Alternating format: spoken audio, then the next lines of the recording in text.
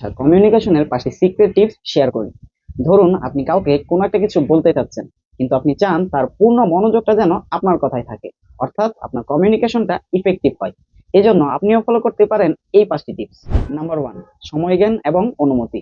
শুরুতেই শিওর হয়ে নিন আপনি যে ব্যক্তিটার সাথে কথা বলবেন সে কি আদৌ আপনার কথা শুনতে প্রস্তুত কিনা, কিংবা তার হাতে সেই পরিমাণ সময় আছে কিনা। তার থেকে অনুমতি নিয়ে নিন যে আমি আপনার সাথে এই বিষয়ে একটু কথা বলতে চাই, আপনি কি ফ্রি আছেন কিনা, বা আপনি কি এই পরিমাণ সময় আমাকে দিতে পারবেন কিনা। নাম্বার 2, কংক্রিট এবং ক্লিয়ার কথা বলা। হ্যাঁ, কথা বলার সময় আপনি যে মূল মেসেজটা অপর ব্যক্তিকে দিতে চান সেটা তাকে সরাসরি দিন। সেটা বলার সময় এমন কোনো অতিরিক্ত কথা বলবেন না যার কারণে আপনার মূল মেসেজটাই অস্পষ্ট থেকে যায়। এবং কথা বলার সময় অবশ্যই ফ্লুয়েন্টলি, জড়তা কাটিয়ে কথা বলবেন। এতে করে অপর ব্যক্তির মনোযোগ স্বভাবতই ধরে রাখা সম্ভব হবে। নাম্বার 3, পজ নিন। কথা বলার সময় অবশ্যই কিছুটা বিরতি দিয়ে দিয়ে কথা বলুন। এতে করে অপর ব্যক্তিটা আপনার কথা ভাবার সময় পাবে। আপনি কি বোঝাতে চাচ্ছেন সেটা সে বোঝার সময় পাবে, এবং তার বোঝাতে ঘাটতি থাকলে সে আপনাকে প্রশ্ন করতে পারবে। তাই কথা বলার সময় পজ নিয়ে নিয়ে কথা বলুন। নাম্বার 4, কনফিডেন্ট এবং কথা বলার টোন বজায় রাখুন।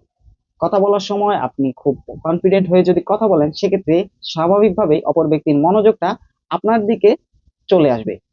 এবং কথা বলার সময় এমন ভাবে কথা বলবেন না যেন আপনার কথার স্বরটা খুবই উচ্চ লেভেলে হয় অথবা খুবই নিম্ন লেভেলের হয়, যেন অপর ব্যক্তি শুনতেই পারে না।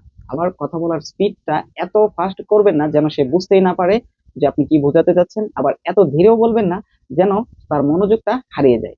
কথা বলবেন স্বাভাবিক টোনে, স্বাভাবিক স্পিডে এবং কনফিডেন্টের সাথে। এই গেল 4টি টিপস। 5 নম্বরে আপনি যে বিষয়টা মনে রাখতে পারেন সেটা হচ্ছে আপনার বডি ল্যাঙ্গুয়েজ, হ্যান্ড জেস্টার বা ফেসিয়াল এক্সপ্রেশন। আপনি যদি স্বাভাবিকভাবে তাকে কোনো একটা কথা বলতে চান, সেটা যদি রোবোটিক স্টাইলে একদম এইভাবে বলেন, দেখা গেছে তার মনোযোগটা ধরে রাখা সম্ভব হবে না। কিন্তু সেই একই কথাটা আপনি যদি তাকে আপনার বডি ল্যাঙ্গুয়েজ, ফেসিয়াল এক্সপ্রেশন এবং টোটালি হ্যান্ড জেস্টার ইউজ করে বলেন, যেটা অনেকটাই আগের চেয়ে ইফেক্টিভ হবে। এই ছিল কমিউনিকেশনের 5টি টিপস। এরপর একটি বোনাস টিপস শেয়ার করি।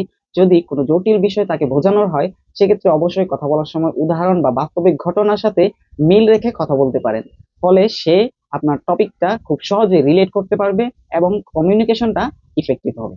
ধন্যবাদ।